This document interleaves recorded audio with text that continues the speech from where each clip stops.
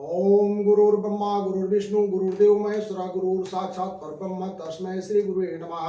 नमस्कार, मैं ज्योतिषाचार्य आर्यन पांडे अपने चैनल एस्ट्रो वेदांता पर आप सभी का स्वागत करता हूं और निवेदन करता हूं कि इस चैनल को सब्सक्राइब करें, वीडियो को शेयर और लाइक करें।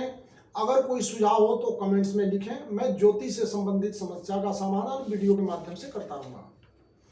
आज हम धनु लगन और धनु राशि के जातकों के लिए 1 मार्च से 12 अप्रैल के बीच में ग्रह गोचर के अनुसार बनने वाले योगों से क्या विशेष प्राप्त होने वाला है, धनु राशि के जातकों को किस किस क्षेत्र में भाग्य का साथ मिलने वाला है और किस काम को करने से विशेष लाभ की प्राप्ति होगी, इसकी चर्चा कुंडली के 12 भावों के माध्यम से करेंगे। धनु राशि के लिए स्वास्थ्य, सुख, संतान, एजुकेशन, विवाह, बीमारी, व्यवसाय, नौकरी, रेगुलर इनकम और व्यय, जीवन के इन 12 महत्वपूर्ण विषय ज्योतिष के दृष्टि से 1 मार्च से 12 अप्रैल तक किस प्रकार से रहने वाले हैं और उनको कैसा फल मिलेगा, इन सभी विषयों पर योगों के अनुसार विस्तार से चर्चा करेंगे। और अंत में देवगुरु बृहस्पति जनित किसी भी प्रकार का कष्ट हो तो उसके निवारण का उपाय भी बताएंगे। तो सबसे पहले चर्चा करते हैं धनु लगन और धनु राशि के शारीरिक और प्राकृतिक लक्षण के बारे में। धनु लगन के जातक मध्यम से लंबे कद के पाए जाते हैं। शरीर पूर्ण विकसित और आकर्षित होता है। जातक आत्मविश्वासी और समाज में प्रभावशाली होते हैं और समाज में गंभीर व्यक्ति के रूप में जाने जाते हैं। जातक में आगे बढ़ने की इच्छा हमेशा बनी रहती है। धनु राशि के जातक भौतिक, वैदिक और आध्यात्मिक, भौतिक यानी धन से संबंधित, वैदिक मतलब धर्म कर्म से संबंधित और आध्यात्मिक आत्म उत्थान के क्षेत्र में अपने लक्ष्य प्राप्ति के लिए हमेशा प्रशस्त रहते हैं और प्रयासरत रहते हैं। ज्ञान और धर्म के विषय में हमेशा रुचि लेते हैं और जातकों का ईश्वर, सात्विकता और आदर्शवादिता में हमेशा रुचि बनी रहती है और विश्वास बना रहता है। दर्शन शास्त्र, धर्म, विज्ञान, कानून और साहित्य में धनु राशि के जातक विशेष रुचि लेते हैं। बुद्धिपूर्ण काम करना और जिज्ञासु प्रवृत्ति इनमें सहज ही पाई जाती है। धनु राशि के जातक पूर्णतः पॉजिटिव थॉट से भरपूर होते हैं। रचनात्मक कार्यों में भाग लेने वाले होते हैं। ऐसे जातक धर्म और अधर्म में बड़ी बारीकी से भेद कर पाते हैं और धर्म पूर्ण आचरण करने वाले होते हैं। जातक सत्य, शांति और न्याय के पक्षधर होते हैं। और धनु राशि के जातक में विशेषता यह भी होती है कि ये अपने भविष्य के प्रति बहुत ही सचेत होते हैं। धनु राशि के जातकों में उदारता, दयालुता और संवेदनशीलता भी पाई जाती है। ये जातक नए विचारों के प्रति उदार होते हैं परंतु पुराने विचारों के भी आदर करने वाले होते हैं। यह नए एवं पुराने दोनों विचारों को साथ लेकर के चलने वाले माने जाते हैं। जातक को अपने सिद्धांत के अनुसार जीवन यापन करने वाले माने जाते हैं। यथार्थवादी होते हैं, आडंबर से दूर होते हैं। धनु राशि के जातक कोई भी निर्णय लेने से पहले उसके हानि और लाभ पर अच्छी तरह विचार करके तब निर्णय लेते हैं। जातक स्वतंत्र प्रिय, आत्मविश्वासी, महत्वाकांक्षी और स्वाभिमानी होते हैं। समाज में इनको एक कुशल व्यक्ति के रूप में जाना जाता है। तो ये धनु राशि की प्रवृत्ति और प्रकृति है। अब मैं धनु राशि के जातकों के लिए सावधानी क्या रखनी चाहिए ये बता रहा हूं, जिसको अपना करके वो समाज में मान प्रतिष्ठा और समाज में प्रसिद्धि की भी प्राप्ति कर सकते हैं। तो धनु राशि के जातकों को व्यवहार में कुशलता विकसित करनी चाहिए।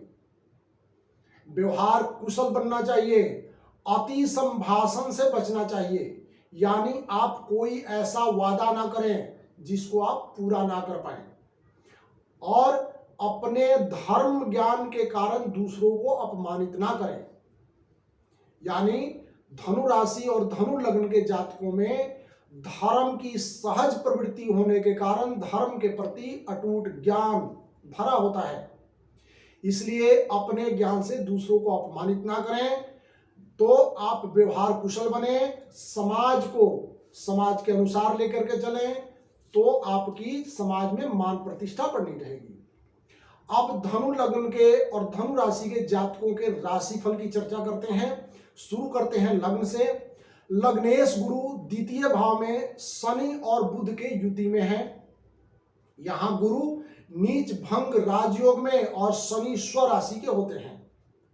साथ में बुध सप्तमेश और दशमेश होकर के स्थित हैं, इसलिए लग्नेश की स्थिति बहुत अच्छी है।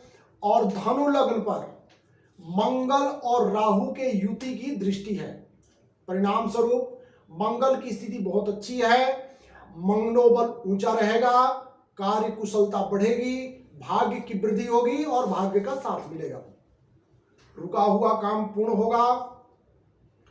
परंतु षष्ठम भाव में राहु और मंगल की युति होने से और उस युति की दृष्टि लग्न पे होने से अपने प्रतिद्वंदियों से सावधान रहना चाहिए, क्योंकि षष्ठम भाव रोग ऋण रिपु का होता है। धनु राशि पाप प्रभाव में होने से एलर्जी या स्किन से संबंधित समस्या का सामना भी करवा सकता है, इसलिए इसके प्रति सावधानी बरतनी चाहिए। अब बात करते हैं धन भाव की, द्वितीय भाव की। धनेश शनि धन भाव में ही होने से बिना प्रयत्न के ही धन का आगमन होता रहेगा। ये धन का बड़ा जबरदस्त योग बन रहा है। इस योग के बनने से धन आगम के लिए जो भी आप निर्णय लेंगे उसमें सफलता प्राप्त होगी। लग्नेश गुरु द्वितीय भाव में नीच भंग राजयोग में और दशमेश बुध एवं द्वितीय शनि की युति में है। बुध गुरु और शनि की युति के बारे में कहा गया है, मान धन ऐश्वर्य युक्तम प्रज्ञा बहुभोगिनम स्वदारतम धृति सौख्य युक्तम सुभगा जयंती बुधार की जीवाख्या। यानी जब बुध गुरु और शनि की युति होती है तो मान धन ऐश्वर्य की प्राप्ति होती है, मांगलिक कार्यक्रम होने का योग बनता है, मन प्रसन्न रहता है और धन धान की वृद्धि होती है। इस योग से धर्म कर्म में मन भी लगता है और धार्मिक कार्यों में धन का व्यय होता है। विद्वान व्यक्तियों का साथ मिलता है, धार्मिक यात्रा का योग बनता है और सुख उपभोग की वस्तुएं जैसे गाड़ी मकान इत्यादि खरीदने का भी योग बनता है। अपने घर में सुख से युक्त और समाज में सबका स्नेह प्राप्त होता है। द्वितीय भाव में स्थित तीनों ग्रह केंद्र और त्रिकोण के स्वामी होने से अचानक धन का लाभ होने का भी योग बना रहे हैं। इस योग के कारण शेयर मार्केट और लाइजनिंग के काम में जबरदस्ती लाभ का योग बनता है। ये लाभ का योग 4 फरवरी से 11 मार्च तक रहेगा। ये योग द्वितीय भाव में बन रहा है, अतः रुका हुआ और फंसा हुआ धन भी प्राप्त होगा। कोर्ट केस में फंसा हुआ जमीन जायदाद का मुकदमा आपके पक्ष में हो सकता है, फैसला आपके पक्ष में आ सकता है। अब बात करते हैं तृतीय भाव की। तृतीय भाव में सूर्य और शुक्र की युति है। तृतीय भाव शुभ ग्रह युक्त होने के कारण भाई बहन सहोदरों से सुख की प्राप्ति होती है। सामूहिक और मांगलिक कार्यक्रम के कारण अपने कुटुंब का भी सुख प्राप्त होता है। 11 मार्च से 31 मार्च तक बुध कुंभ राशि में गोचर करेंगे और सूर्य बुध और शुक्र की युति द्वितीय भाव में होगी। सरावली के अनुसार अतृप्तो वाचा हो भ्रमण रुचि प्रेषितो गुरु भी स्त्री हेतो संतप्तः शशि सुता विभागवे सहिता। अर्थात सूर्य बुध और शुक्र तीनों एक साथ युति में हो तो दूर की यात्रा करने वाला और स्त्री के कारण दुखी होता है। अतः 11 मार्च से 31 मार्च तक कुंभ राशि के जातकों को पारिवारिक जीवन में सावधानी रखनी चाहिए। पारिवारिक मतभेद और कलह कलेश का योग बनेगा, इसलिए विशेष सावधान रहना चाहिए। अब बात करते हैं चतुर्थ भाव के बारे में। चतुर्थेश गुरु और लग्नेश द्वितीय भाव में बुध और शनि की युति में स्थित हैं। इसके कारण चतुर्थ भाव और एकादश भाव यानी 3-11 का संबंध बनता है। शनि को तीसरी शुभ दृष्टि चतुर्थ भाव पर पड़ती है और शनि के साथ बुध और गुरु की भी युति है। शनि की तीसरी दृष्टि अति शुभ मानी जाती है। चतुर्थ से एकादश भाव अत्यंत मजबूत हो रहा है, यानी चतुर्थ से एकादश द्वितीय होता है, ये भाव अत्यंत मजबूत हो रहा है। एकादश भाव को रेगुलर इनकम का घर मानते हैं, इसलिए रेगुलर इनकम में कंटिन्यूटी बनी रहेगी, नए इनकम का स्रोत भी बनेगा। चतुर्थेश गुरु शुभ युक्त होने के कारण भूमि, वाहन, सुख साधन की वस्तुओं को खरीदने का भी योग बनेगा। अब बात करते हैं पंचम और षष्ठम भाव की। पंचमेश मंगल षष्ठम भाव में राहु से युति में है। इसके परिणाम स्वरूप